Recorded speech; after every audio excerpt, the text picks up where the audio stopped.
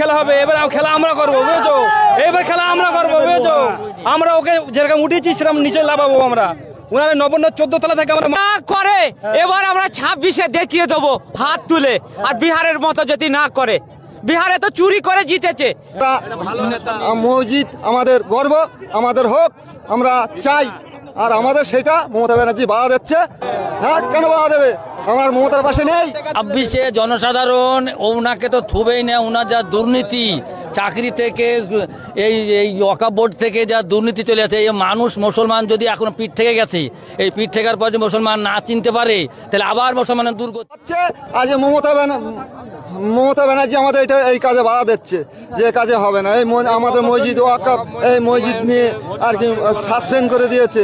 আমরা মসজিদ আমাদের গর্ব, আমাদের হোক, আমরা চাই। আর আমাদের সেটা মমতা ব্যানার্জি বাধা দিচ্ছে, যেটা হবে না। ফিরহাদ হাকিম গিয়ে আমাদের আর কি হুমায়ুন কবির গিয়ে বারণ করে দিচ্ছে যে তোমরা এটা করো না। কই এত কিছু হচ্ছে, আমরা বাধা দিচ্ছি? আমরা কিছু বলছি? কিছুই বলছি। একটা মন্দির হচ্ছে, আমরা কিছু বলছি না তো। আজকে কেন আমাদের এইসব জিনিসে বাধা দেবে? হ্যাঁ, কেন বাধা দেবে? আমার মমতার পাশে নেই।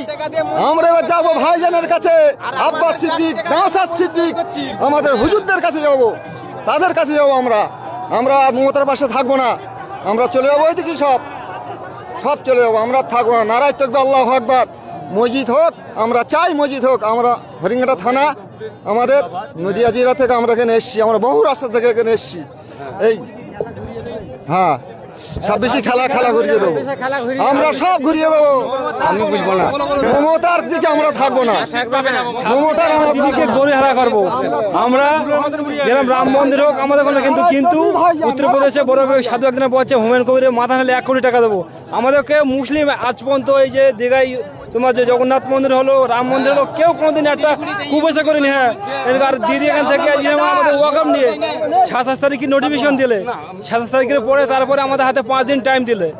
আর সেই হুমায়ুন কবিরকে তোমার মুসলমানদের আমরা কাটা দিয়ে কাটা তুললো। ফিরহাদ হাকিম ওর মুসলমান, ওর কোনো ঠিক নেই।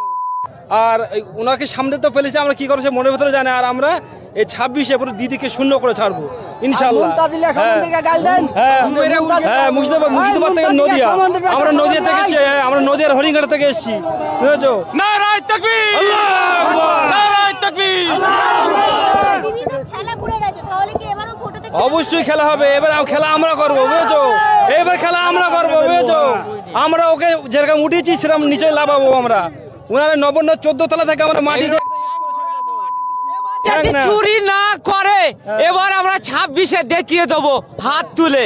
আর বিহারের মতো যদি না করে, বিহারে তো চুরি করে জিতেছে, এখানে চুরি যদি না করে, ওরম করে, হ্যাঁ, তাহলে আমরা দেখি। হ্যাঁ, আমরা চুরি আটকাবো, আমরা আমরা প্রথম কথা হলো যে বাবরি মসজিদের ঘোষণা হুমায়ুন কবির 2024-এ সুরুলিয়া মাদ্রাসায় যে ঘোষণা করেছিল, সেই ঘোষণাটা আজ সেই হুমায়ুন কবির সে কাজটা করে দেখালো।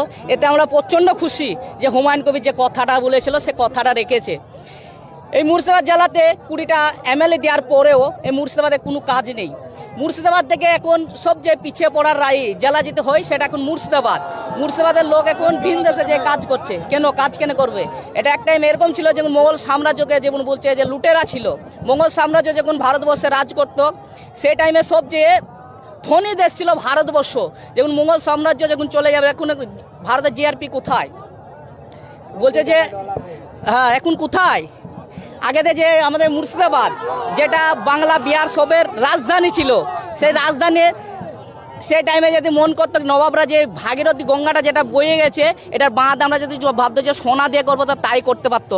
এত সোনা দেখুন মুর্শিদাবাদে ছিল, পুরো ওল্ডে, কোনো জায়গায় এত সোনা দিচ্ছে না, পুরো ওল্ডকে দেখুন। এখান থেকে যেমন আমেরিকা যেমন দেয় না, ব্যাংক থেকে লোন দেয় না, দেখুন এই মুর্শিদাবাদ থেকে লোন পুরো ওল্ডকে দিত। আর এখন বলছে যে মোগল সাম্রাজ্য লুটোরি লুট করে গেছে, করে গেছে। যেসব আমি এখানে একটা প্রশ্ন করছি, আপনি মসজিদের জন্য যে এত আবেগ দেখাচ্ছেন, 5 ওয়াক্ত নামাজ পড়বেন তো? ইনশাল্লাহ চেষ্টা করবো 5 ওয়াক্ত নামাজ পড়া। 5 ওয়াক্ত নামাজ পড়তেই তো হবে। মুসলমানের ছেলে 5 ওয়াক্ত নামাজ পড়বো। এখন একটু নিয়ে হয়তো এই আছে 5 ওয়াক্ত পড়ি নিয়ে, 4 ওয়াক্ত পড়ছি, হয়তো 2 ওয়াক্ত বাদ দিচ্ছে, এইটাই কথা। নামাজ পড়বো, সব কিছুই করবো। 26-এ জনসাধারণ ওনাকে তো থুবেই না। ওনার যা দুর্নীতি, চাকরি থেকে এই এই ওয়াকাফ বোর্ড থেকে যা দুর্নীতি চলে আছে, এই মানুষ মুসলমান যদি এখন পিঠ থেকে গেছে, এই পিঠ ঠেকার পর যে মুসলমান না চিনতে পারে, তাহলে আবার মুসলমানের দুর্গতি। অবশ্যই ওকে দুনিয়া থেকে উঠিয়ে দেবো, আর থুবই নিয়ে একবার দুনিয়া থেকে উঠিয়ে দেবো, মানে আর ওকে সম্ভব আসতেই দেবো না।